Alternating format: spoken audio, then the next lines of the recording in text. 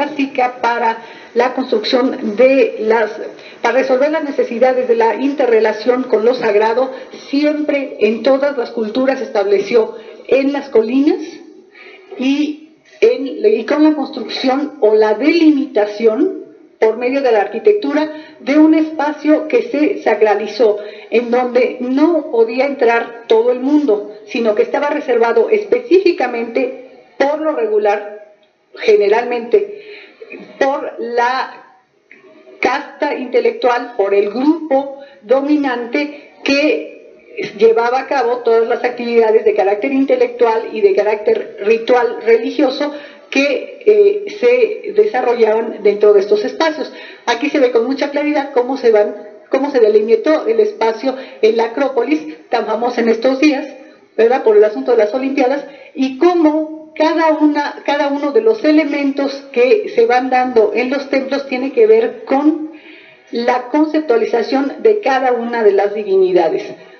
Y no es solo el espacio exterior que se sacraliza, es también el espacio interior. En todos los templos, en todas las culturas, el lugar más profundo, el lugar más hasta dentro de los edificios, ¿no?, el más íntimo, siempre está dedicado a la divinidad principal, a la cual esté refiriéndose el templo y al cual no puede acceder todo el mundo. Es decir, los espacios internos y los espacios externos se sacralizan con la finalidad de que haya una relación directa entre los representantes de las divinidades que tienen acceso al espacio sagrado y lo traen consigo hacia afuera, y tienen acceso al espacio íntimo de la divinidad. Digamos, aquí un grupo mayor de personajes importantes, intelectual y religiosamente hablando, aquí menos, y aquí definitivamente un muy escaso número de personajes de carácter, los sacerdotes, los políticos, los reyes, que tenían la posibilidad de entrar directamente con la divinidad. No todo el mundo, por esta situación. La arquitectura que señala estos espacios define también quién puede y quién no puede entrar, de acuerdo a el tipo de edificio que se haga, de acuerdo a las necesidades que se tengan y a las explicaciones que se den de todos estos espacios, ¿no?, de todos estos rituales. Adelante, por favor. Pero también los espacios que desde nuestro punto de vista aparentemente no tendrían que ver nada con la divinidad, están señalados por lo sagrado. Los teatros griegos, ¿sí?, los teatros o anfiteatros griegos, construidos no al azar en colinas. Las colinas siempre están relacionadas con lo divino, con lo sagrado, y desarrollando una actividad que está determinada también por las propias divinidades en el caso de los griegos. Por lo tanto, el público en general, amplio público que asistía a todas estas representaciones, estaba siendo partícipe de un espacio sagrado, siendo partícipe de una representación que tenía que ver con lo sagrado, por muy mundana que pareciera, y que accedía a este clima de lo sagrado en una actividad que aparentemente nosotros podríamos pensar sería más bien de diversión y de esparcimiento. Adelante. Lo mismo en esta figura de un estadio que, como ustedes bien saben, bueno, ahora de nuevo tuvimos oportunidad de oír bastante historia acerca de las Olimpiadas, no todo equivocado, algunas cosas muy inventadas, pero algunas cosas eran ciertas. Otro espacio dedicado a una actividad humana, pero en relación directa a los dioses, en relación directa al concepto de la naturaleza divinizada que los griegos desarrollaron. Adelante. La herencia griega hacia los romanos, con el cambio de visión romana que tiene que ver con la intromisión de los emperadores y de los reyes poderosos romanos en los espacios sagrados. Los romanos cierran los espacios. De hecho, los griegos los tenían abiertos, los romanos cierran los espacios de manera tal que se concentre dentro de los edificios este espacio no solamente sacralizado, sino evidentemente de poder. Y es un poder que se ejerce hacia adentro y que se trae hacia afuera. Yo no sé si ustedes sean asiduos al cine, pero si no son, yo les recomendaría que a veces hay algo que ver y sería bueno que fueran. Hay una película que se llama Para matar a un rey, una muy buena película en donde uno de los principales protagonistas es Cromwell, es una película histórica de la muerte de Carlos I. Una escena fantástica es cuando decide el Parlamento en Inglaterra en el siglo XVII acabar con el rey y matarlo. Cuando sale el rey a que lo decapiten, el pueblo, y eso es histórico, la película está apoyada históricamente, la gente baja del pueblo, lo espera, va pasando el rey en el pasillo que lo va a llevar a que lo decapiten, que no a la guillotina porque no la usaban los ingleses, y la gente del pueblo le va tocando los pies, y le va tocando los pies y se va tocando a sí misma. O sea, el rey todavía en el siglo XVII tiene relación directa con lo divino, viene en línea directa de la divinidad. Entonces es muy, muy impresionante cómo el propio rey, por los espacios donde vive, por las formas que utiliza de la cercanía con lo sagrado, pero además por la herencia que trae de muchísimos siglos atrás, es considerado como un personaje verdaderamente divino. Entonces es muy interesante porque ya es siglo XVII. Bueno, adelante, por favor. Inevitablemente el advenimiento del cristianismo, con un cambio de mentalidad muy importante, se va a reflejar inmediatamente en el aprovechamiento de antiguos espacios sagrados que los cristianos consideraron paganos a partir precisamente de la imposición del cristianismo, pero van a aprovechar esos espacios para resacralizarlos. Es decir, hay un tipo de sacralidad que en este momento comienza a ser considerada como pagana, es decir, dedicada a dioses que no son los dioses verdaderos, para que triunfe el espíritu del nuevo Dios, la sacralidad del nuevo Dios se introduzca en estos espacios y empiecen rápidamente los arquitectos y los constructores, siguiendo a los tratadistas de la época, a los nuevos filósofos y a las nuevas interpretaciones del pensamiento, para resacralizar estos espacios, tanto hacia afuera como hacia adentro. Adelante. Aquí tienen otros ejemplos. Este ejemplo es muy, muy importante porque Santa Sofía en Estambul, que ahora es museo, como ustedes bien saben, fue una iglesia cristiana en un principio, pero después se convirtió en una mezquita. Es decir, Santa Sofía desacralizó el espacio pagano, lo convirtió en espacio sacro cristiano, y después los musulmanes le borraron la sacralidad cristiana y la convirtieron en sacralidad de Allah, igual, monógamos todos con la idea de un solo Dios, etcétera, etcétera, pero definitivamente con otro sentido distinto. Se apropian del espacio, se resacraliza el espacio. No es en balde, por ejemplo, que el pensamiento que priva en la época de la expansión del cristianismo sea de universalidad. Como bien sabemos, católico quiere decir universal. La idea de este pensamiento universalista implica que por primera vez en la historia de la humanidad, en el siglo VIII de nuestra era, se piense a Dios dentro de todo el universo y dentro de todo el espacio que no se conocía. Es decir, se sabía ya de mucho antes, pero se conceptualizó entonces y quedó claro para el pensamiento occidental que en el infinito estaba Dios. O sea, Dios estaba en todo, absolutamente en todo el infinito. Esa idea responde a la necesidad sacralizadora cristiana de universalizarse, como de hecho sucedió. Bueno, universalizarse es una palabra muy, muy fuerte, ¿no? Mundializarse, diríamos, en el mundo conocido, además, porque no se fue a todos los planetas, más bien al mundo conocido. Adelante. Bueno, igual, el tipo, la relación siempre existente entre la forma como la arquitectura define los espacios, pero tiene que apropiarse de y competir con otras religiones, con otro tipo de pensamientos religiosos y con otros fieles, digamos, de otras religiones, se da sobre todo en la época bizantina, en lo que nosotros conocemos ahora como la franja del Oriente cercano, del Oriente Medio. Adelante. Igual, en este sentido, tenemos estos ejemplos que son por toda Europa la misma tendencia. Adelante. La evolución de estos espacios, la evolución del pensamiento de sacralidad, por ejemplo, en las iglesias góticas.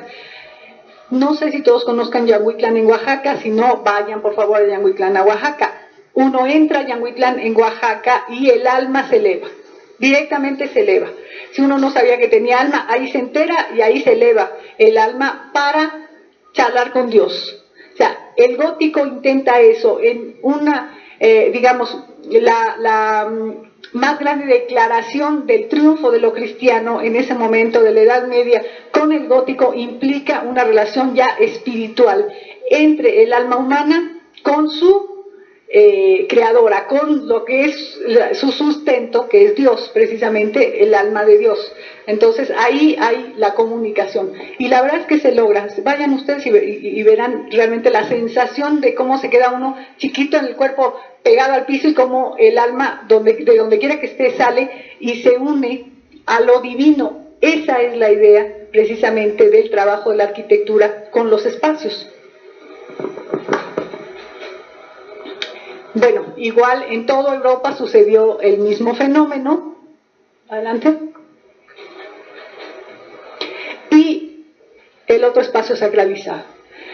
A partir del final de la Edad Media, acercándonos ya al final de la Edad Media, lo que empieza a suceder también es la necesidad, siguiendo la tradición que impone Inglaterra desde finales del siglo XVI, cuando deciden organizar un parlamento que en el 17 se consolida y que enfrenta el poder del rey.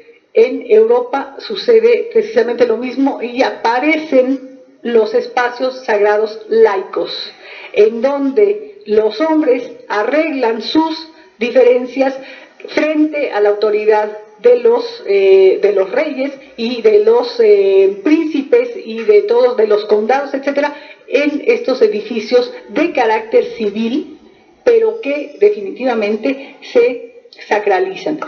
Ustedes van a decir que estoy exagerando. Hay dos puntos claves en la Ciudad de México: la Villa de Guadalupe en el sentido religioso y el Zócalo de la Ciudad de México en el sentido civil. ¿Sí? O sea, el 16 de septiembre en el Zócalo en México es una fiesta sacra, civil. No, o sea, lejos de esto, pero no muy diferente, pero de carácter religioso, el 12 de diciembre en la Villa de Guadalupe. Sí, entonces, sí hay esta tendencia a la sacralización, por eso les comentaba en un principio que la sacralización no es solamente un problema de carácter religioso. Adelante, por favor. Bueno, ejemplos de la misma situación, totalmente moderno, ¿no? Este es el de Gaudí, la Sagrada Familia, y las catedrales barrocas.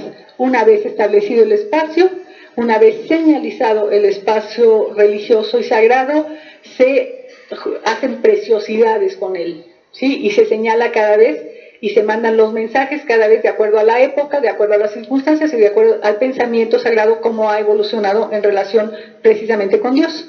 Adelante. Bueno, por excelencia, el edificio que señala no solamente la sacralidad en Roma, sino la sacralidad en el mundo, la Basílica de San Pedro, que conjuga en sí misma arquitectónicamente una declaratoria de principios bíblico, ¿no? Sobre esta piedra construiré mi iglesia. Este es el resultado en la interpretación de lo sagrado de digamos, en este caso de algunos años antes del Renacimiento y sobre todo en el Renacimiento. Es decir, con una iglesia que empezó pequeñita a señalar el lugar del Papa, ¿sí? Se fue tejiendo, se fue construyendo y se fue reconstruyendo ese espacio hasta llegar a lo que nosotros conocemos ahora, cargado totalmente de significados al interior de los espacios, al exterior de los espacios. Jamás se ha perdido en San Pedro en Roma el carácter sacro de esos espacios, aun cuando Miguel Ángel haya jugado con muchísimo placer en escaleras y en definición de espacios para transitar por el puritito placer de transitar. Jamás deja de ser un espacio sagrado, jamás deja de conmover al que lo visita, sea o no cristiano, por esa sacralidad que existe adentro, generada de muchísimos siglos atrás y contenida en ese propio espacio. Adelante. Bueno, perdón, está al revés, la evolución de estos mismos y estos preciosismos en muchos de los ayuntamientos. Adelante. Bueno, la sacralización de los espacios en la actualidad. Estos me son muy queridos. La plaza central en Lyon, en Francia, tienen ustedes los rituales civiles de la comida y el café. La plaza, la fuente rescatada de la antigüedad clásica francesa y la nueva forma de delimitar un espacio que desde lo laico y lo civil es verdaderamente interesante. La forma como han llenado de agua y le han dado toda una relación de parlamento, de lenguaje, toda una interacción entre la fuente y todos esos pequeños brotes de agua que no solamente acercan la plaza a lo que fue una divinidad, que también sería un espacio sacralizado, sino a toda esta gente que sacraliza su espacio de chisme completo, ¿no? Bien, para llegar a la Nueva España. Cuando el descubrimiento, cuando se planeó la conquista en general, ya hay tradiciones antiguas de conquista en Europa, y lo que es verdaderamente interesante es cómo se planeó verdaderamente con cuidado y con una inteligencia muy alta la forma para acabar con un paisaje que les era naturales a los indígenas en América y en todas partes que hubo conquista, para hacer otra cosa, armar otro espacio y cambiar totalmente el paisaje. Cambiar el paisaje implica cambiar el lugar, implica acabar con el lugar de los mexicas, el lugar de los toltecas, el lugar de Tenochtitlan, el lugar de los mayas. El lugar implica cultura, implica lenguaje, implica historia. Eso desaparece sistemática y disciplinadamente para dar apertura y para dar entrada a otra cosa, otro espacio, otro paisaje, y hacia allá se introducen. Hacia allá introducen a los indígenas. No es solamente lo que todos sabemos de que a los indios les costaba mucho trabajo entrar en las iglesias porque como tenían todos sus ritos afuera, ¿no?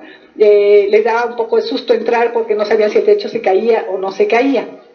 No es solo eso, es hacerlos entrar a un paisaje para el cual no tenían puntos de referencia ni ningún antecedente. Igual que los europeos no tenían ni remota idea de cómo era y cómo funcionaba esto. Este es el espacio sagrado indígena. Huicuilco es el espacio abierto señalado específicamente y específicamente en un lugar determinado que sacraliza, pero que además nos habla de una relación directa entre el hombre y la naturaleza, de mucho respeto y de mucha igualdad. ¿Sí? Es muy, muy claro. De nuevo, el ejemplo sería Oaxaca, Monte Albán. Súbanse a las pirámides en Monte Albán y vean el paisaje alrededor y me dirán si no, esas pirámides son parte exacta del paisaje natural que la rodea. Lo mismo acá. Adelante. Bueno, Calixtlahuaca señalaba el lugar sagrado de los matlacincas, ¿sí? Hacia el norte de la cordillerita, esta famosa, que está aquí con donde estamos nosotros, en parte estamos arriba, esto es lugar sagrado directamente. Calixtlahuaca, como todos nosotros sabemos, no desapareció por la conquista. Calixtlahuaca ha estado desapareciendo a partir del siglo XX, cuando la gente llegó a vivir a un lado de las pirámides y empezó a utilizar los materiales que estaban ahí para hacer sus cercas directamente. O sea, Calixtlahuaca no desapareció porque le pasaran encima los conquistadores. Los franciscanos sacralizaron el lugar cristiano hacia el sur. Donde tenemos ahora la catedral y donde están los portales, existió el convento franciscano de Toluca, dedicado a Nuestra Señora de la Asunción. Ahí realmente estalló y se armó un paisaje distinto que hizo que los indígenas que quedaron viviendo en la cordillera, esta pequeñita, y hacia la parte de Calixtlahuaca, voltearan y dieran la cara al Dios cristiano y la espalda a sus antiguos dioses. El paisaje prehispánico sagrado que quedó cubierto a la vista de los indios y de la población española que se estableció aquí por la propia cordillera. Pero los indios, imagínense ustedes psicológicamente a lo que eso responde. O sea, dar la vuelta y dar la espalda conscientemente implica soltar atrás, ¿sí? Y soltar atrás, muy interesante en este caso, también implica un interés consciente, inteligentísimo por parte de los indígenas mesoamericanos, no solamente en el caso de lo que ahora es el Estado de México y Toluca específicamente, sino en general, de participar de manera consciente y de manera muy interesada en el proceso de acercamiento con el español, pero de igual a igual. Como ustedes saben, hay escritos en donde se dice que los reyes de España consideraron al reino de la Nueva España con el mismo nivel que Castilla, Aragón y los otros reinos españoles. Que eso no se diera en la realidad, porque también se sabía que en España se generaban las leyes, pero no se cumplían en América, es otra historia. Es la historia de la cual tenemos constancia también. Pero de que se intentó establecer el espacio tanto real como sagrado al mismo nivel que en Europa, es innegable. Adelante. Ejemplos muy claros de la forma como se definió el espacio sagrado en la época prehispánica con todo este tipo de edificios monumentales que además, pues una vez rescatados, ¿verdad?, se integran perfectamente en la naturaleza en donde fueron generados, pero son verdaderamente impactantes, masivos a la vista del que llega y que puede transportarse todavía, aunque sea como turista ahora, puede transportarse a estos espacios sagrados, aunque desgraciadamente no nos diga nada. Nosotros no tenemos posibilidades de que esto nos diga nada porque no tenemos los antecedentes de ello, no tenemos parámetros de referencia. A nosotros entender lo indígena nos cuesta tanto trabajo como a los extranjeros que vienen y dicen, ¡ay, qué maravilla! También va uno y dice, ¡ay, qué maravilla! Pero entender realmente de qué se trataba no podemos, porque no tenemos de dónde echar mano para entenderlo, pero lo podemos sentir todavía y podemos dejar fluir nuestro sentido en estos espacios y empaparnos de estos restos de sacralidad que todavía se guardan ahí y todavía están ahí. ¿Sí? A ver, la anterior era, esto es Tikal, esto es el Tajín. El Tajín, sí, adelante. basilical, la zona maya y también el respeto importante aquí, la sacralización del espacio, pero el importantísimo ejercicio del respeto por la naturaleza. Aún se nota, es verdaderamente impresionante. Adelante. Los espacios sagrados no religiosos aparentemente, en Teotihuacán, el conocido como el Palacio. También, gracias a la arqueología, ahora sabemos muchos de los usos de los espacios arquitectónicos, pero no sabemos todo. No sabemos si fue palacio o si fueron casas habitaciones. Más o menos se definen por lo que hay y por los contextos arqueológicos que se van encontrando, pero no con seguridad podemos decir, sí, efectivamente aquí se daban los palacios, ¿no? Bueno, en el momento de la conquista, precisamente, hay toda una serie de conceptos, toda una serie de ideas y toda una serie de tratados de lo que tienen la tradición de lo que siguen los frailes cuando vienen a la evangelización. Viene planeado, o sea, ahora se sabe que todo esto que sabíamos anteriormente y que nos encantaba de que los españoles todos eran unos brutos cuando vinieron y además las huestes de Cortés eran verdaderamente salvajes y los frailes no sabían ni lo que hacían y que quién sabe cómo se construyó esto y etcétera, etcétera. Pues eso ya quedó en la leyenda negra, ¿no? Directamente, porque de que sabían a qué venían y de que sabían cómo hacerlo es clarísimo. Había tratados y por supuesto todos estos tratados se adecuaban a las necesidades de las órdenes que vinieron a la evangelización. Tanto el clero secular como el clero regular tuvo su idea de a qué venía y cómo llevar a cabo. Es decir, todos venían a evangelizar, pero todos tenían sus ideas particulares. En el caso de los franciscanos, que corresponde al Valle de Toluca, pues tenemos que se sigue todo un modelo de estampas en donde nos habla de la iglesia como la Nueva Jerusalén que la Biblia explica y cómo esta iglesia lleva a cabo una serie de trabajos alrededor de su cuerpo, no tanto en el sentido, desde los tratados, no tanto en el sentido arquitectónico, sino en el sentido de la comunidad religiosa. Ustedes saben que en un principio iglesia quiere decir el grupo de fieles que adora a Dios en un momento determinado, o sea, en un lugar determinado, o sea, no quiere decir una construcción específica como lo que conocemos ahora. Entonces todas estas actividades giraban alrededor de la iglesia como Nueva Jerusalén.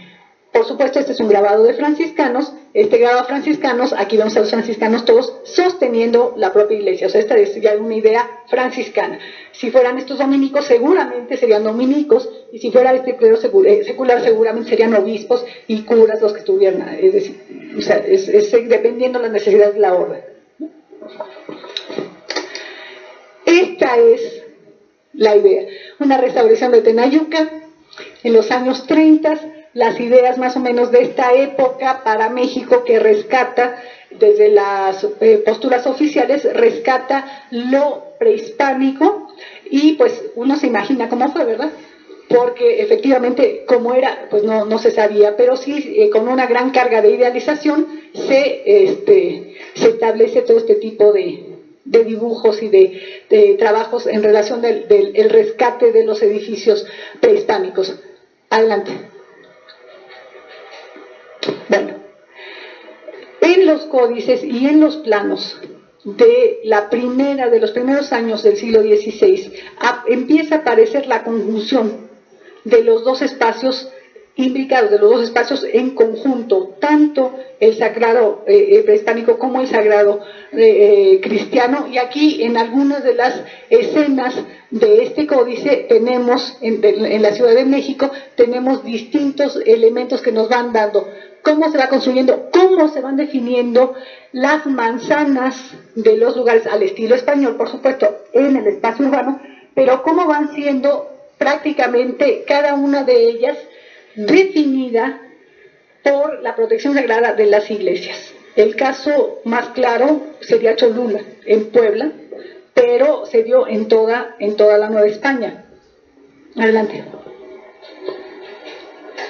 También está el caso del plano, en donde vemos la plaza principal, la iglesia, la parte civil y la significación de lo sagrado en cada uno de los barrios que existen en las ciudades.